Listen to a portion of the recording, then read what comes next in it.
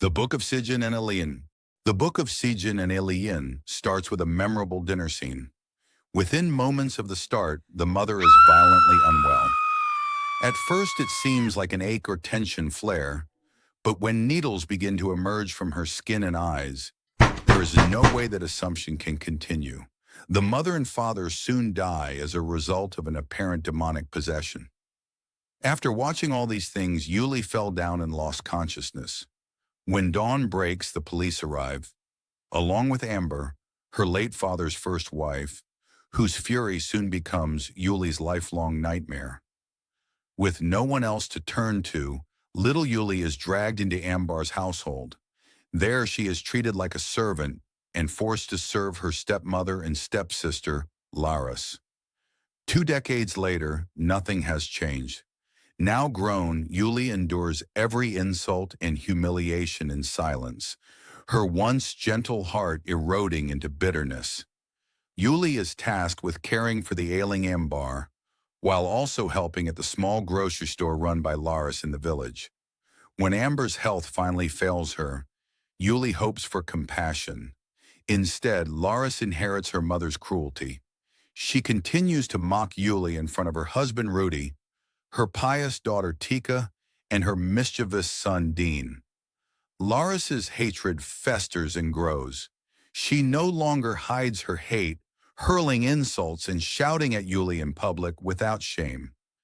Desperate and broken, Yuli turns to a local shaman. The ritual he offers is not for the faint-hearted.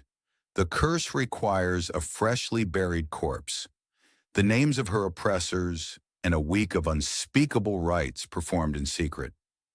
Yuli must complete the rituals before the corpse begins to decay, or the black magic will turn on her. Worse still, the curse only works on those who bear sin. Determined, Yuli enlists the help of a colleague to exhume Amber's grave and bring her corpse to an old abandoned house where vengeance will finally take form. Each night, Yuli desecrates the remains of her late tormentor, whispering the names of those who made her suffer. Her first target is Dean. She writes the Dean's name on a paper and puts it inside the corpse of Amber. Soon the Dean started hearing noises which lost his control on him and started hurting himself. Tika heard the noise, and when she went inside the Dean room, she was shocked after looking at his condition. Dean kills himself by continuously hurting himself from his board game. Then she sets her sights on Rudy by seducing him into her arms. But when Rudy betrays her again, refusing to leave Laris, Yuli's fury deepens. The next name on her list is his. He writes Rudy's name and puts it inside the corpse. Soon one bug enters his eyes and comes out from another eye. When Rudy tries to take out the bug from his hand, he takes out his eye in the process, and he died on the spot. After the Rudy funeral, the boy who helped Yuli asked her that he knows that she is doing all these things with them, and said, "I am not involved in all these things. Which you are doing with them is wrong." Now Yuli gets angry at his colleague and writes his name on the paper and puts it inside the corpse.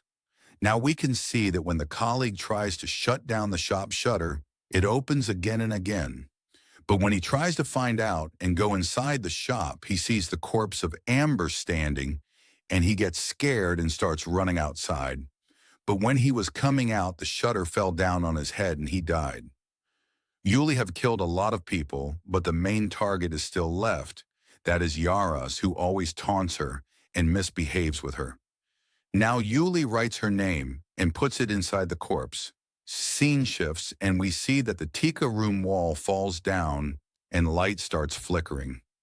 Tika gets scared and starts finding her mother because only she is left in the house. But when Tika enters her mother's room, she gets shocked after looking at her mother, who is possessed now. Yara said, "Tika, now you will be killed soon." And Tika starts running and locked herself in the room and calls her Islamic teacher. The teacher soon arrives at Tika house and orders to take Yaras immediately. During all these things, Tika notices that Yuli is going somewhere when she follows her.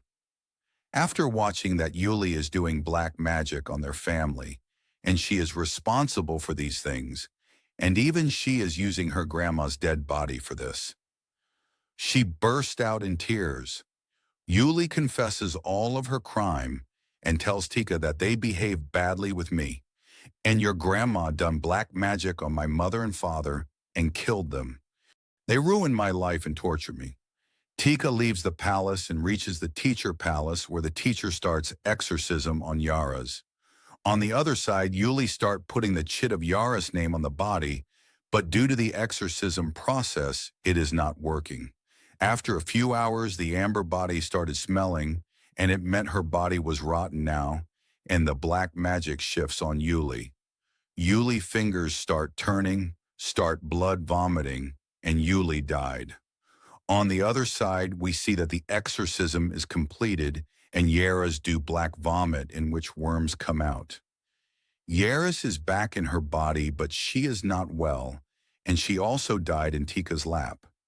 In the ending, we see the funeral of Yaris, and Tika is standing in the graveyard and praying for the soul of her family members.